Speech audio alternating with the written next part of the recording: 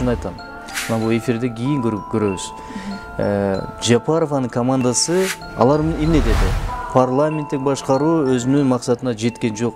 Парламенттик башкаруунун бир да ыкмасы колдонулган жок. Конституциянын өзүндө парламенттик президенттик форма деп жазылбайт да. Ыйгар муктар менен эле ченелет. Парламентке ыйгар мукт берилген, бирок президенттики көбүрөөк болуп калган. Президентке 3 ключевой органды берип койшкан. Күч органдарын. Ошо менен президент бар жогун кысып, кармап, анан коркутуп иштетип алган.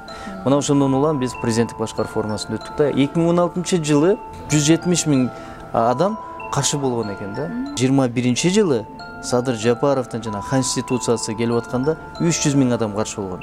Садыр Жапаров конституция деп чыгарганда биз конституция деп чыгарганбыз. Азыр элдин көбү конституция деп кабыл алып калганда, демек жыйынтык бар. Бирок тилекке каршы өтө өкүнүчтүү. Конституциясы кабыл алынды. Өзүндө мына күчүнө толугу менен кирет, ошондо эл сезет. Ката болгон. Башыбыз садага, жинайым, башыбыз садага, себеби биз айтпаса ким айтат? Мына карасаңар, мына казинону ачам дейт, кечинде туруп ачпайм дейт.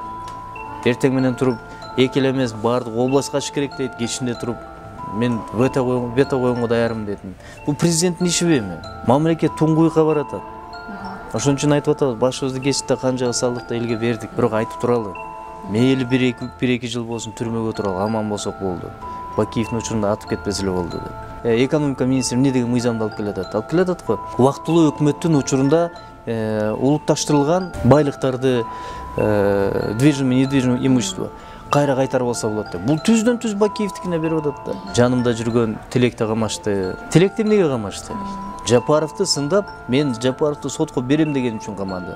Импичмент деп айтып койгон сөз үчүн Жапаровго катуу тийген экен. Импичмент деген бул өзүнчө чоң процедура, мыйзам да. Молдокматов призыв кылды деп камаганга да.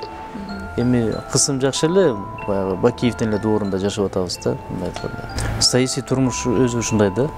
Күрөш болуш керек. Күрөш боюнча мамлекетте бир туруктуу бир өнүгүүнү алып келе албайбыз.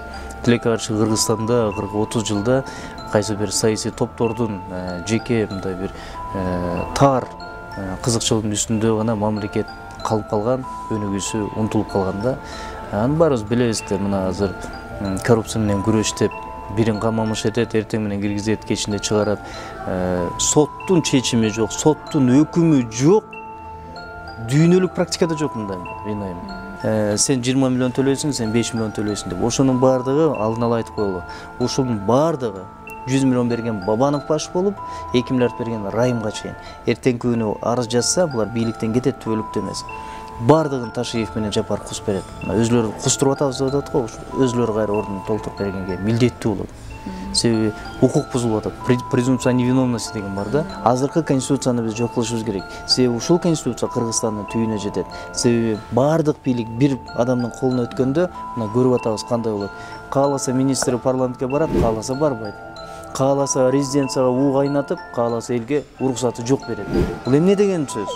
Бул мен каалагандай болот, мен каалагандай жашайсыңар деген. Түркмен башы мындай кылбайт. Ошон үчүн чыныгы демократиялуу реформа кыла турган, шарт түзө тургандай башкаруу формасын алып келишибиз керек. АКС болгон үчүн президент ажыдар болуп турат да. Эмне үчүн президент ажыдар болуп келген да? 30 жылдан бери президенттин колунда УКМК бар, генерал башкы прокуратура бар, соттор колунда, анан счетный палата колунда. Ана бирөө изилдеп аныктап берет, бирөө иш козгойт, бирөө соттойт.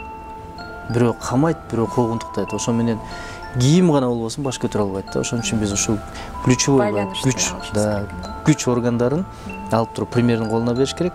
Премьерди парламенттин алдына подотчетный кылыш керек. Парламенттин алдында подотчетный болгондон кийин бардыгы жооп бергендей кылабыз. Ошондо ошол эле МВД, ошол эле тиги башкы прокурор кылмыш эмес, ката кылдыбы парламент жумуштан айдагандай кылыш керек. Ошондо тартип болот. Мана ошол чыныгы демократия, ошол чыныгы коомдук элдик башкаруу деп эсептелинет. Баары жакшы болот, буюрса, баары жакшы болот.